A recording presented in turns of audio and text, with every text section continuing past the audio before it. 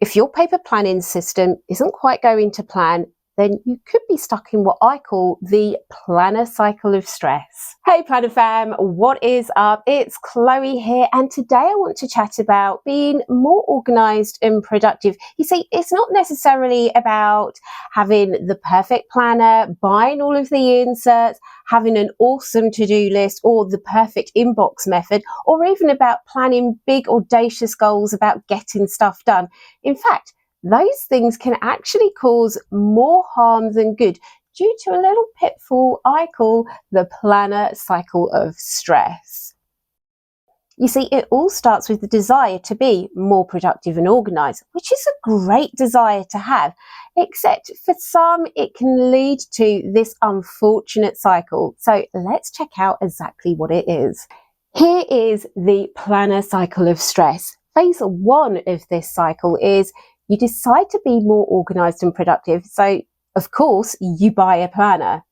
Phase 2 relies on you having the self-discipline to actually use the planner and take action on your goals. Next up we hit phase 3, which is where you go to battle with your inner rebel who values freedom and autonomy, and you end up procrastinating on your goals. And then finally in phase 4, you feel like a massive failure when you haven't taken any action on your goals, but you are determined to be more organised and productive.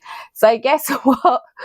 We end up back at the phase 1 where we run out and buy a new planner because we're determined to be more organised and productive. If any of this sounds familiar, then please, you are not alone. Please know this. I have been there, and that is how I came up with this planner cycle of stress, because that's where I was stuck for 3 years in a row. I've said it before in a few different videos, so I'm probably sounding a bit like a broken record now, but I did struggle for a while to get a grip on this whole planning routine malarkey, which it seemed like it should be so straightforward and simple. Buy a planner, become more organised and productive.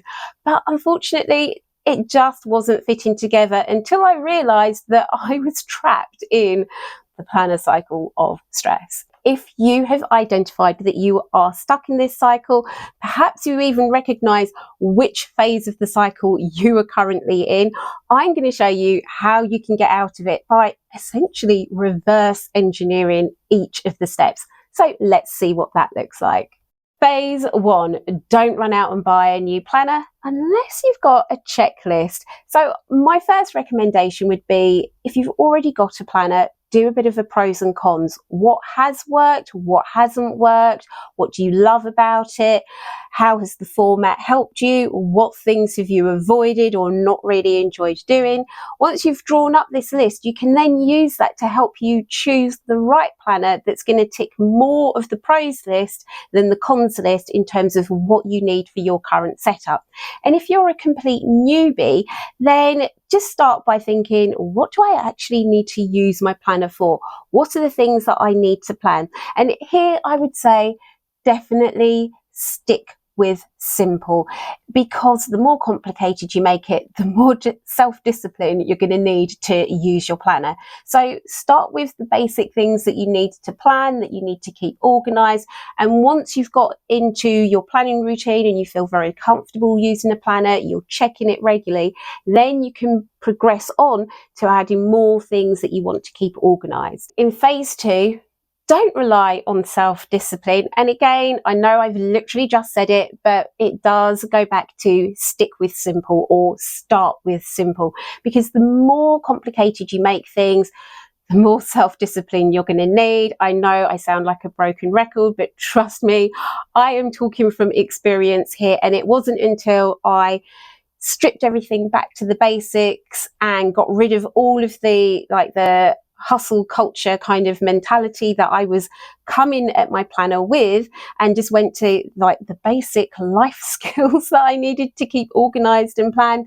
That's when my planning routine actually began to fall into place. You know, in the beginning, it definitely is all about mastering the art of just showing up, getting those reps in, even if it seems so stupidly simple, like, oh, that I want to add on more stuff, I want to challenge myself.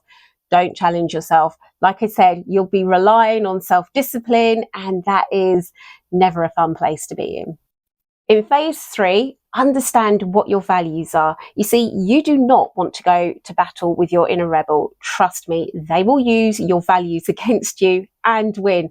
It seems a bit silly talking about yourself kind of in the third person almost, but I hope that that's making sense, because I believe it's part of our innate human nature that we value freedom highly, and unfortunately a planner kind of represents taking that freedom away. Like, we're making plans and promises to ourselves that we're going to do X, Y, Z at a certain time, and sometimes our inner rebel's going to pipe up and be like, well, I don't know that I'm going to want to do that then.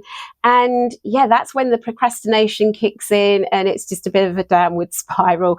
At least it was for me. So yeah, my biggest tip here is to get clear on what you value, so when your inner rebel starts piping up, you know how you can almost circumvent that by being like, yes, but this is really important to me. Yes, I value freedom, but if I manage my time properly, then I have more time to do the things that I really love doing, as well as doing the things that I have to do.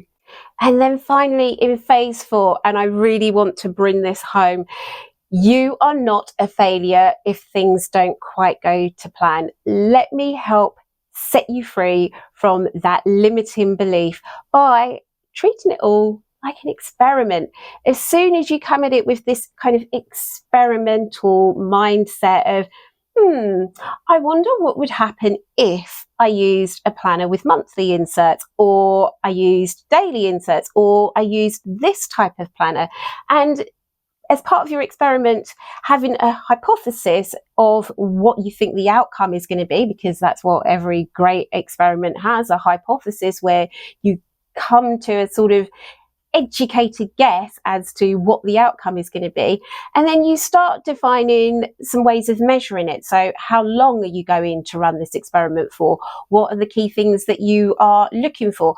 How will you know if it's a good planner? Does it meet a lot of the pros on your pros and cons list?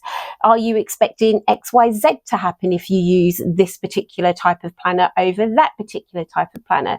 And when you come at it from this more kind of treating it as an experiment kind of mindset, then if you fail, which, oh yeah, I resisted trying to say the word fail because it kind of has a bad connotation to it, and failure is, there's so much you can learn from your failures. There's so much failing can teach you. It's just changing how you think about failure. And I think treating things as an experiment helps you to switch that mindset so that you can go to, what did I learn? What do I now understand more about myself and the type of planner that I want to use, or that would be a good fit for me? So guys, that is it, the planner cycle of stress. It's a pitfall that I know I was trapped in, and I certainly didn't want to go round in that cycle for a third, fourth or fifth time. I hope that that's going to help you if you've just come to this realization that I'm stuck in the planner cycle of stress. If you are, what phase are you stuck in? And which of the reverse engineering points has been most helpful for you to make a plan of breaking free? And if you're curious as to how I finally developed the habit of using my planner every day with the reverse engineering technique of the planner cycle of stress, then check out this video where I go through how I built my 100-day habit.